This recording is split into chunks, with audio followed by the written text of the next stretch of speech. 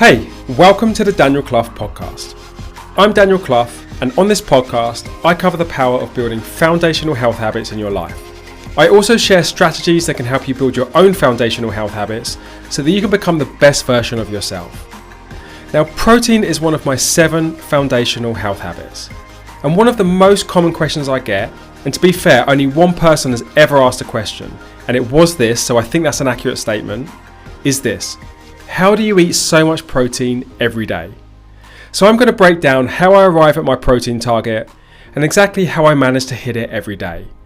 Now, it took me quite a while to figure out how to be able to easily do this, so I'm hoping this will help shortcut your own journey with eating enough protein. Enjoy the episode.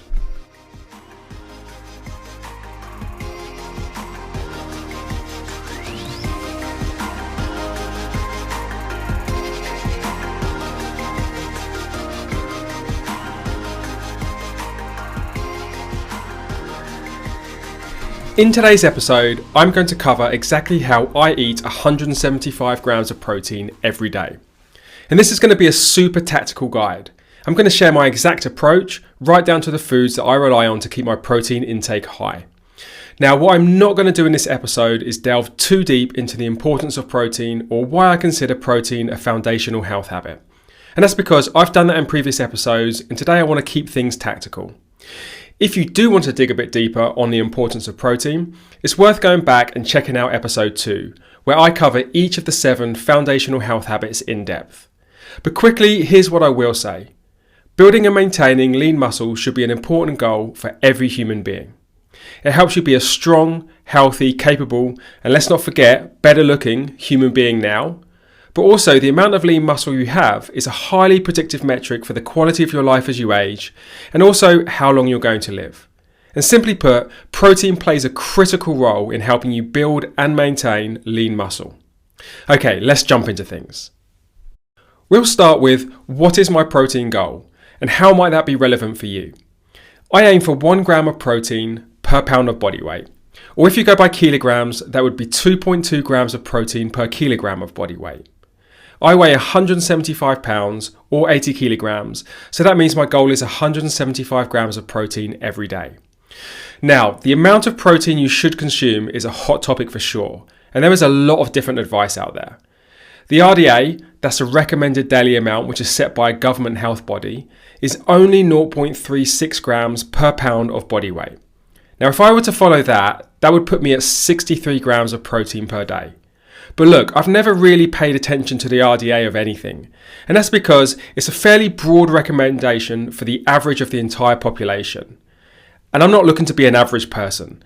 I'm incredibly active, and I'm looking to push the boundaries on how fit and healthy I can be, and that includes putting on and maintaining as much muscle mass as I can.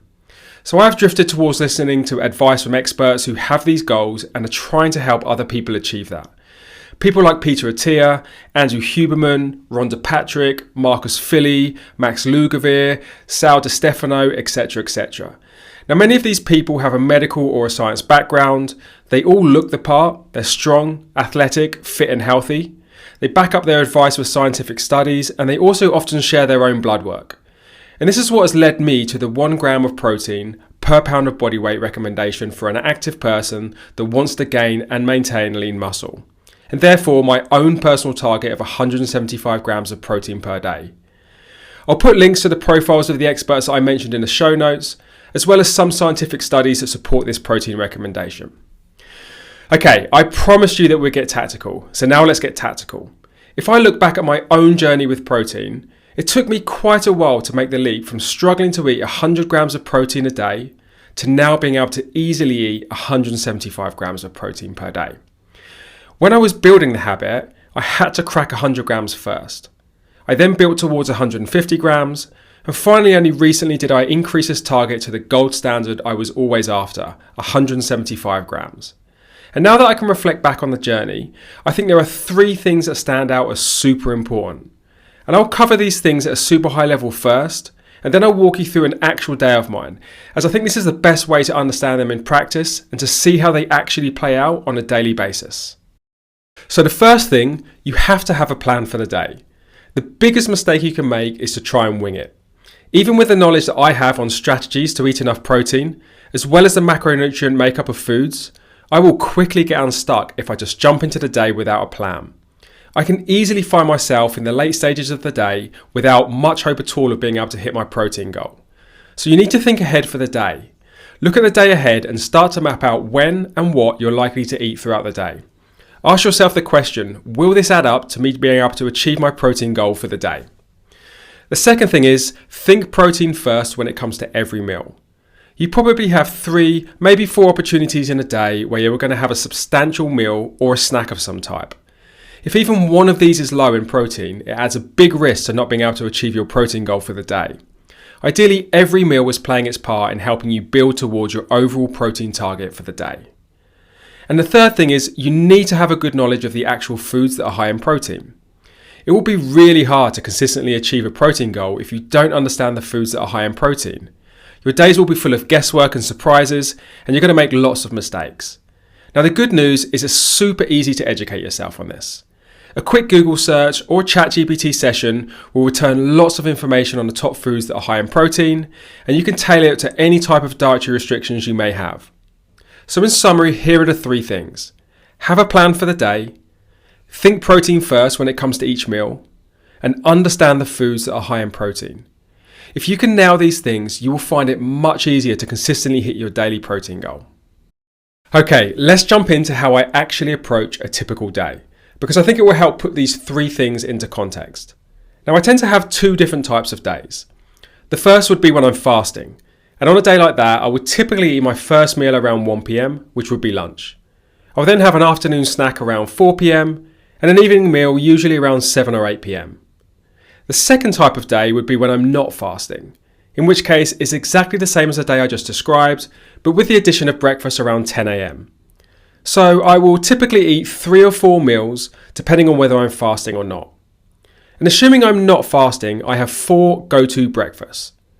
Either 4 poached eggs on a slice of sourdough, or porridge with 4 poached eggs on the side, or 250 grams of high-protein Greek yogurt with berries and some maple syrup, or 4 poached eggs, 2 slices of streaky bacon and half an avocado.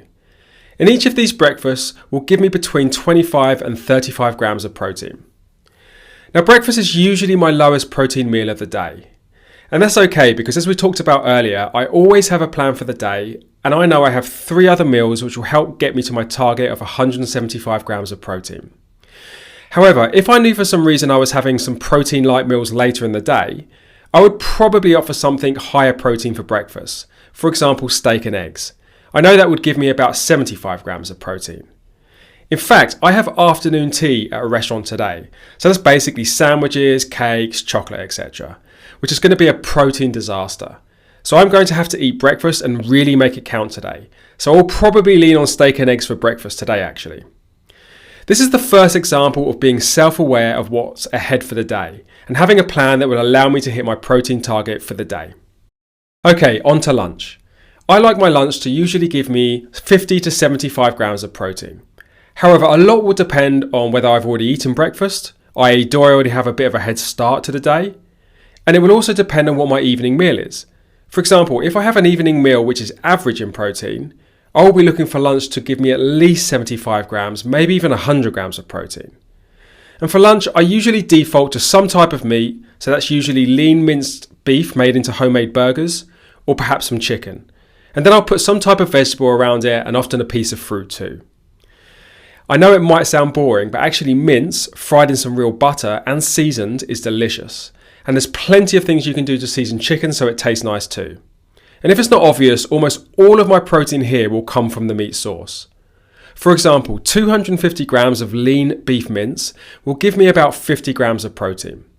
If I haven't eaten breakfast, I will usually add in 3 eggs for an additional 18 grams of protein, taking the total protein for that meal to nearly 70 grams. The other type of lunch I might have is 300 grams of chicken. That's basically about 1.5 large chicken breasts, and that will also give me about 70 grams of protein too. So that's breakfast and lunch, and by now I would hope to be at around 100 grams of protein heading into the afternoon. And my afternoon snack is simple. It's either a whey protein shake or the yogurt breakfast I mentioned earlier. Now the whey protein shake will give me either 25 grams or 50 grams of protein, depending on whether I have 1 or 2 scoops. And as a reminder, the yogurt meal gives me about 25 grams of protein. And what I end up deciding for my afternoon snack depends on quite a bit. If I'm sitting at 100 grams of protein and I know I have a very high protein dinner ahead of me, well, I will probably skip the whey protein shake altogether and just have some yogurt. However, if I'm sitting at around 75 grams of protein and I know my dinner won't get me to my goal, I will use the shake to fill in the 25 gram or 50 gram hole. Maybe even have some yogurt as well if that's needed. And actually in some cases, if I'm well over 100 grams of protein and I know my evening meal is going to be very high in protein and it will easily get me to my 175 grams, I might even skip the afternoon snack entirely to save the calories. Again, like I said earlier, here I'm being very mindful about where I am in the day and what's left to come in the day, and I will tailor my afternoon snack accordingly. And that's where rule 1 and 3 come in. You have to have a plan and you have to know the protein content of the actual food you're eating. Otherwise you won't be able to do any of this thinking. Right, let's get on to dinner. For me, dinner is pretty random. It's really the one time where I have to fit into other people's plans, mostly my family's. And for the most part, it's a meat-based meal that will give me between 50 to 75 grams of protein. Now when I get my way, it's got some type of steak or chicken at the heart of it, which usually gives me a solid 50 to 100 grams of protein. And even when it's not that, I can usually find a way to sneak some type of chicken or steak into it. But sometimes it might be, sausages, or perhaps a jacket potato with some tuna, and this is usually only going to give me about 30 grams of protein. And in some cases, it might actually be a meat-free pasta type of meal, which admittedly is going to be tasty, but it's absolutely shocking for protein. And in this scenario, I could be looking at less than 20 grams of protein. Now, the evening meal isn't one which I can completely control. Yeah, I do have a reasonable amount of influence over our meal planning, and in some cases, I will even opt out of a certain type of meal and eat something different. But it's important to be flexible and to fit in with what other people like too. So my dinner can be low, medium, or high protein, depending on what's on the menu. And again, here's the important thing. I always know what's coming. So I will always adjust the meals that lead up to it, take into account what it is. And one more thing about dinner. If my dinner is low protein, or I just need a top up in the evening, I will default to that yogurt meal. So yogurt, berries, and maple syrup. And it's a quick way to get a 30 gram protein hit, and it's also a good healthy option for dessert. And that's what my days look like to eat 175 grams of protein. Now you'll notice a few things. I always have a plan for the day. And in some cases, I'm constantly adjusting the plan to make sure that I hit my goal. I understand foods that are high in protein and always think protein first when it comes to each meal. And my standard day tends to look like breakfast, about 30 grams of protein, lunch, somewhere between 50 to 70 grams of protein, an afternoon snack which gives me 25 to 50 grams of protein, and then dinner somewhere between 50 and 75 grams of protein. And this will consistently net me about 180, 190-ish grams of protein that I eat on average every day. Now I'll leave you with 2 bonus tips before we wrap the episode. The first is, I do try and hit my goal of 175 grams of protein per day. And because it's a foundational health habit that I track, I want to be at least 80% consistent with that over the course of the month. That said, the average over the week is probably what's more important. So sometimes I will come in at about 150 grams for the day. Or actually worse, there might be some days where because of some travel or a commitment, I end up at 100 grams for the day. Now I don't tend to sweat that too much because I know there will be other days where I'll naturally come in over the 200 gram mark, and it will usually even out over the week. The second tip is this. It's really important to track your protein throughout the day and the week. Without this, it's really hard to know if you're achieving your target or not. I have a very good knowledge of what's in each food, and I think I would even have a margin of error of between 20 and 30% if I was to guess at the end of the day. And almost on a weekly basis, I get surprised by a meal being either higher or lower in protein than I would expect it to be. Now I track everything I eat with the MyFitnessPal app. So I always have a very good grasp of what I'm eating every day, including my protein and what my average protein is for the week at any point. Now you don't have to track it as meticulously as I do. It could just be that you jot down the rough amount of protein per meal on a piece of paper throughout the day. You've got to find a system which works for you. The other benefit to tracking it daily is it's a great way to educate yourself on the macronutrient breakdown of foods, and therefore which ones will give you the best bang for buck when it comes to protein. Okay, that's it. I hope this episode has been helpful, and hopefully it's given you both a framework, but also some tactical steps to be able to consistently eat more protein. Alright, happy eating!